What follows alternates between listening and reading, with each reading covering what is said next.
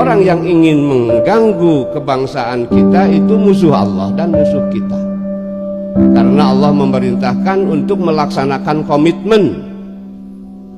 Kita semua menjadi negara seperti ini karena punya komitmen. Tanpa komitmen, tanpa berpegang teguh kepada komitmen, tidak akan ada negara ini. Dan komitmen itu adalah Pancasila dan Undang-Undang Dasar 45. Oleh karena itu NKRI harga mati bagi kita.